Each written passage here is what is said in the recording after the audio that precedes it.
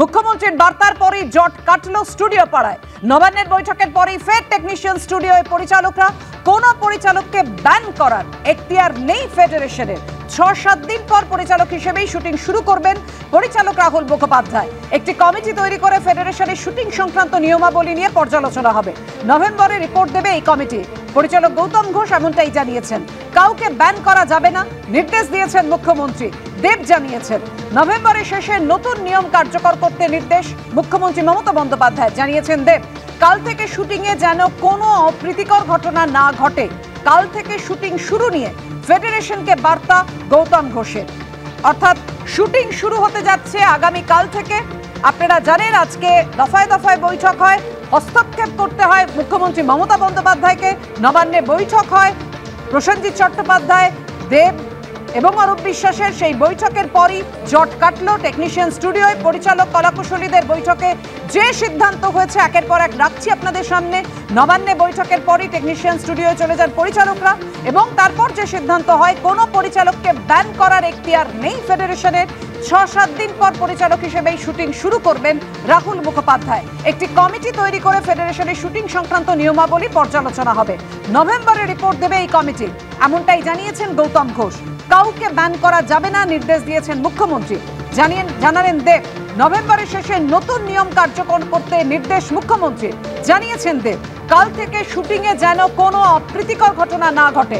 কাল থেকে শুটিং শুরু নিয়ে ফেডারেশনকে বার্তা পরিচালক গৌতম ঘোষের। আমাদের সঙ্গে সরাসরি রয়েছেন আমাদের প্রতিনিধি আবির দত্ত। কথা বলবো আবিরের সঙ্গে। আবির, মুখ্যমন্ত্রী যে নির্দেশ দিয়েছেন অর্থাৎ আগামীকাল থেকেই শুটিং শুরু হতে চলেছে।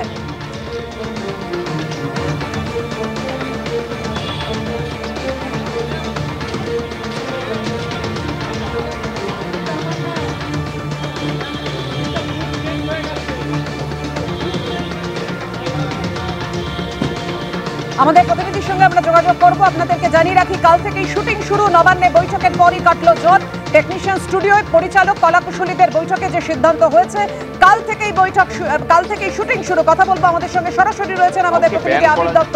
আবির, কি জানালেন পরিচালকরা? মুখ্যমন্ত্রীর হস্তক্ষেপে অবশেষে জট কাটলো, কাল থেকে শুটিং শুরু হচ্ছে তাহলে টলিপাড়ায়।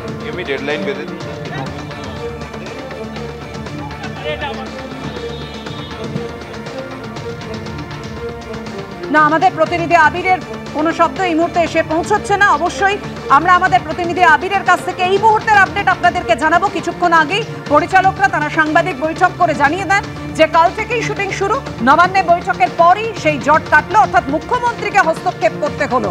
কারণ আপনারা জানেন যে এই কয়েকদিন ধরে দফায় দফায় বৈঠক হয়েছে। পরিচালকরা যেমন বৈঠক করেছেন, টেকনিশিয়ানরা বৈঠক করেছেন, ফেডারেশনের বৈঠক হয়েছে, কিন্তু কোনোভাবেই জট কাটছিল না। প্রত্যেকেই নিজেদের জায়গায় অনড় ছিলেন, কিন্তু অবশেষে মুখ্যমন্ত্রীকে হস্তক্ষেপ করতে হলো। আজকে নবান্নে বৈঠক হয় এবং মুখ্যমন্ত্রীর বার্তার পরই স্টুডিও পাড়ায় জট কাটলো। আগামীকাল থেকেই শুটিং শুরু হতে যাচ্ছে। টেকনিশিয়ান স্টুডিওয় পরিচালক কলাকুশলীদের বৈঠকে সিদ্ধান্ত হয়।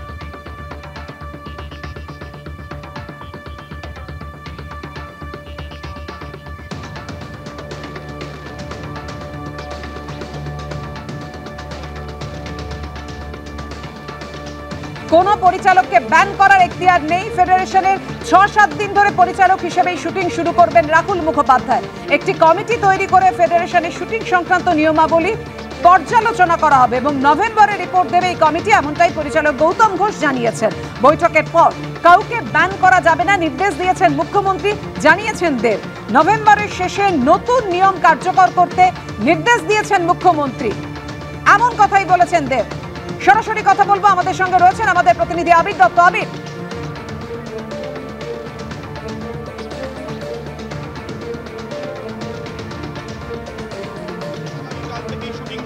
সরাসরি জানালেন ডিরেক্টররা এবং সেখানে আমরা দেখতে পেলাম যে প্রসেনজিৎ চট্টোপাধ্যায় অভিনেতা এবং দেব এবং এছাড়াও কৌশিক গাঙ্গুলি তিনিও ছিলেন, এছাড়াও গৌতম ঘোষ, তারা প্রত্যেকেই জানালেন যে আগামীকাল থেকে শুটিং শুরু হচ্ছে।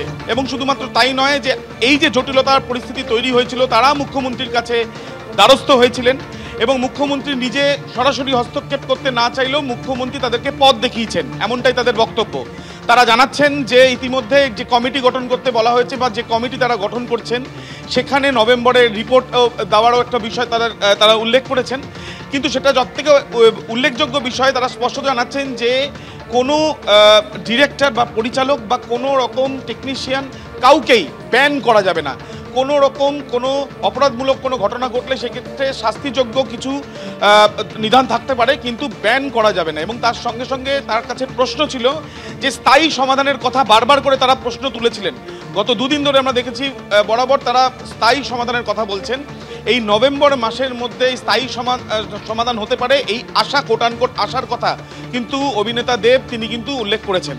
এবং এক কথায় যে অচলাবস্থা, যে জট, যে জটিলতা, সেই জটিলতা কেটেছে তারা ইতিমধ্যে জানাচ্ছেন। এবং তাদের যে অ্যাটমসফিয়ার থাকার কথা এই শুটিং চলার জন্য বা কোনো কাজ করার জন্য যে অ্যাটমসফিয়ার থাকা দরকার, যে পরিস্থিতি থাকা দরকার, সেই পরিস্থিতি অবশ্যই নিয়ে আসা হবে। যেভাবে এই গত দুদিন গেছে সেইভাবে আর 5টা দিন থাকবে না, এমনটাই তারা আশা করছেন। যদিও টেকনিশিয়ানসদের তরফ থেকে এখনো পর্যন্ত সরকারিভাবে তারা তাদের বক্তব্য এখনো পর্যন্ত দেননি। কিন্তু দীর্ঘক্ষণ বৈঠক হয়েছে। আমরা দেখলাম যে আজকে নবান্নে মুখ্যমন্ত্রীর সঙ্গে একদমই মুখ্যমন্ত্রীকে হস্তক্ষেপ করতে হলো এবং নবান্নের বৈঠকের পরই জট কাটছে কিনা সেটা অবশ্য একটা প্রশ্ন থেকে যাচ্ছে। তবে কাল থেকে শুটিং শুরু হচ্ছে, কি বলেছেন অভিনেতাদের দেখুন। কোনো লড়াই মানে কি বলুন যুদ্ধ করে হয়নি, কথাবার্তা করেই সমাধান হয়েছে এবং আমরা খুশি কি আজকে আমরা সমাধান করতে পেরেছি। এবং আমরা কারোর বিরুদ্ধে নয়, আমরা সব সময় একটা ফ্যামিলি হিসেবে বিশ্বাস করি। এবং যেটা সবাই বলছে মাননীয় মুখ্যমন্ত্রীকে ধন্যবাদ, কে তিনি যদি হস্তক্ষেপ না করতেন ঠিক সময় তাহলে হয়তো এই বনটা হয়তো আরও কিছুদিন হয়তো টানতো। আমি সবসময় এর বিরুদ্ধে, এই বন্ধের বিরুদ্ধে, কিন্তু রাইট নিজের অধিকারের জন্য লড়াইয়ের পক্ষে আমার কোথাও যেন মনে হয়েছিল এটাও দরকার, এই লড়াইটাও এই নিজের কথা রাখা মানুষের সামনে এবং নিজের দাবি রাখাটা সেটা অন্যায় নয়। বাট কোথাও যেন আমি ধন্যবাদ জানাবো ফেডারেশনকেও, তাদের সঙ্গে আজকে দুপুরবেলা দিদি কথা বলেছেন, আমাদের সামনে কথা বলেছেন এবং তারাও কোথাও যেন রাজি হয়েছে। তো ধন্যবাদ ফেডারেশনকে এবং